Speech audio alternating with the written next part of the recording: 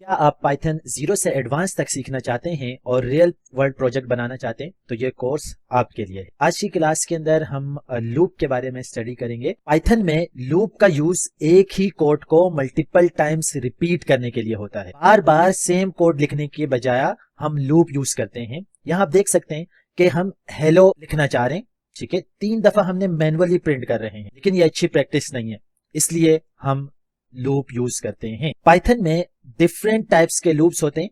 सबसे पहला है फॉर लूप। हम फॉर लूप तब यूज करते हैं जब हमें पता हो कि लूप कितनी दफा चलेगा। यहां एग्जाम्पल में for i in range 5 loop 5 दफा चलेगा। सिंपल फॉर लूप का फ्लो आपको समझ आ गया कि आपने फॉर यूज करना है, आई इन रेंज एंड देन जहां तक चलाना है वो यूज यहां पे लिख देना है। अब हम पाइथन के लूप का एडवांस पार्ट कवर कर लेते हैं, ठीक है।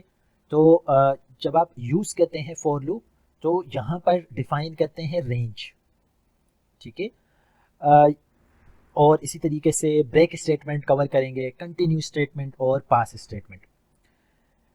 रेंज फंक्शन फॉर लूप के साथ यूज होता है और नंबर जनरेट करता है। मतलब यहाँ पर हमें सबसे पहले स्टार्टिंग पॉइंट डिफाइन करेंगे कि हमारा जो फॉर लूप है वो कहाँ से स्टार्ट हो रहा है। इसी तरीके से स्टॉप कहाँ पर होगा, कहाँ तक हमारा लूप जाएगा, कहाँ पर एक्सक्लूड होता है, कहाँ पर स्टॉप होता है, कितने स्टेप जंप लेना है। 1 इंक्रीमेंट, बाय डिफॉल्ट 1 इंक्रीमेंट करते हैं। जैसे यहाँ पर हमने एग्जांपल लिए for i in range 1 to 10 and then 2 steps हम सिंपल प्रिंट कर रहे हैं, ठीक है। तो यहाँ लूप 1 से स्टार्ट हो रहा है, 10 तक जाएगा, लेकिन 10 इंक्लूड नहीं होगा क्योंकि लास्ट नंबर जो आप डिफाइन करते हैं वो इंक्लूड नहीं होता। 2 स्टेप्स है, ठीक है, इसलिए 2 का गैप होगा, मतलब 1 3 5 7 9 हमारे पास प्रिंट करेगा। इसी तरह से लूप में हम ब्रेक स्टेटमेंट का यूज करते हैं। ब्रेक का यूज लूप को स्टॉप करने के लिए होता है, ठीक है। जैसे हम एग्जांपल करें कि for i in range 5 if i is equal to 3 then break, ठीक है। मतलब लूप 0 से स्टार्ट होगा, 5 से एक कम तक चलेगा 4 तक, और जब i इक्वल टू 3 हो तो ब्रेक लग जाता है, ठीक है। लूप वहीं पर स्टॉप हो जाता है। तो इसका आउटपुट क्या होगा, इसका आउटपुट होगा 0 1 एंड देन 2, ठीक है।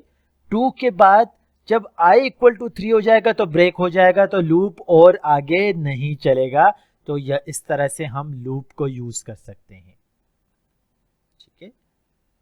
अच्छा, loop control statement continue current iteration को स्किप करता है और नेक्स्ट आइट्रेशन पर चला जाएगा।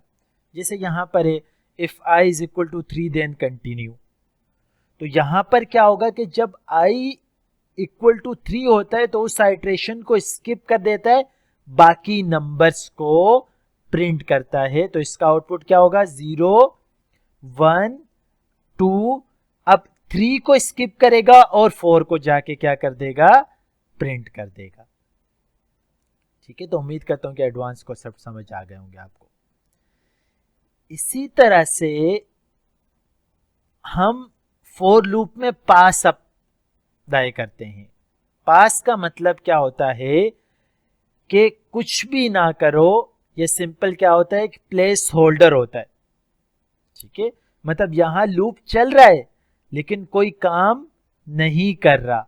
ये तब यूज होता है जब आप कोड बाद में लिखना चाहते हैं, ठीक है। तो आज हमने सीखा कि लूप क्या होता है, फॉर लूप किस तरीके से वर्क करता है, फॉर लूप में रेंज फंक्शन किस तरह से वर्क करता है, इसी तरीके से ब्रेक लूप स्टॉप करने के लिए यूज होता है, कंटिन्यू आइट्रेशन को स्किप करने के लिए यूज होता है, पास प्लेस होल्डर के लिए यूज होता है। तो अब हम 12 प्रैक्टिस क्वेश्चन करेंगे, ठीक है। और एक एक प्रैक्टिस क्वेश्चन के अंदर हम इम्प्लीमेंट करेंगे फॉर लूप का कोड। तो एंड तक फॉर लूप के पूरे कॉन्सेप्ट को ज़रूर समझें। अब हम फॉर लूप की प्रैक्टिस करेंगे, ठीक है। तकरीबन 12 क्वेश्चंस प्रैक्टिस करेंगे। तो सबसे पहला क्वेश्चन है, सिंपल एग्जांपल ले लेते हैं।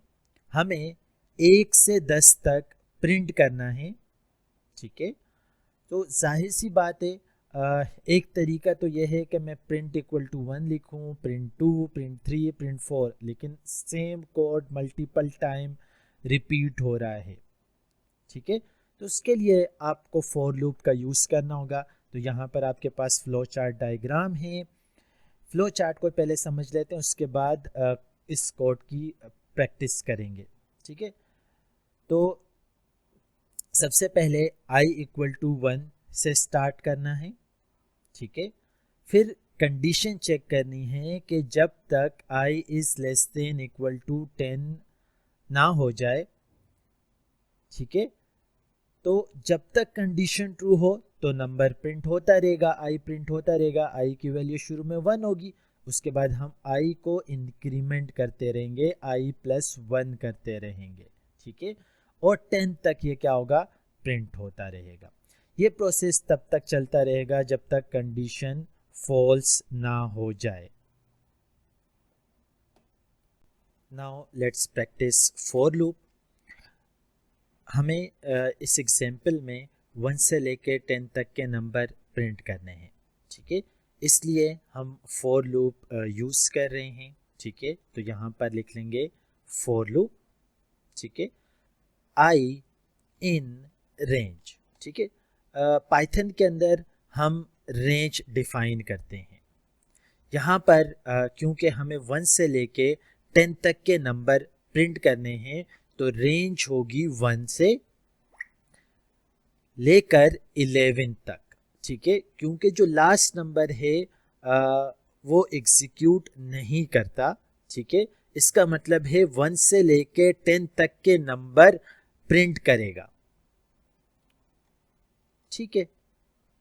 और हर आइट्रेशन में, अभी हम यहाँ पर स्टेप डिफाइन नहीं कर रहे, तो बाय डिफॉल्ट ये हर आइट्रेशन में एक से स्टार्ट करेगा और एक का इंक्रीमेंट करता रहेगा, ठीक है। तो हर आइट्रेशन में क्योंकि i की वैल्यू पहले 1 होगी, उसके बाद 1 प्लस होगा तो 2 हो जाएगी, तो हमें 1 से लेकर 10 तक की वैल्यू प्रिंट करनी है, ठीक है। तो उसके लिए हम हर आइट्रेशन में i की वैल्यू प्रिंट कर देंगे,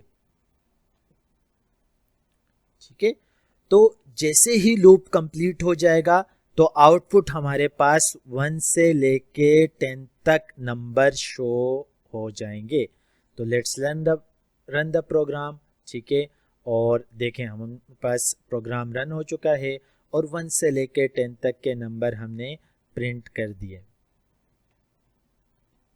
सही है। तो साथ साथ एक प्रो टिप देता चलूं, देखें फॉर लूप का जो स्ट्रक्चर है वो सिंपल होता है। स्टार्ट कंडीशन, ठीक है, और एंड, और उसके बाद कितने इंक्रीमेंट करना है, और ये ऑटोमेटिकली हैंडल हो जाता है। तो एग्जाम्पल नंबर 1 आपको समझ आ गई होगी।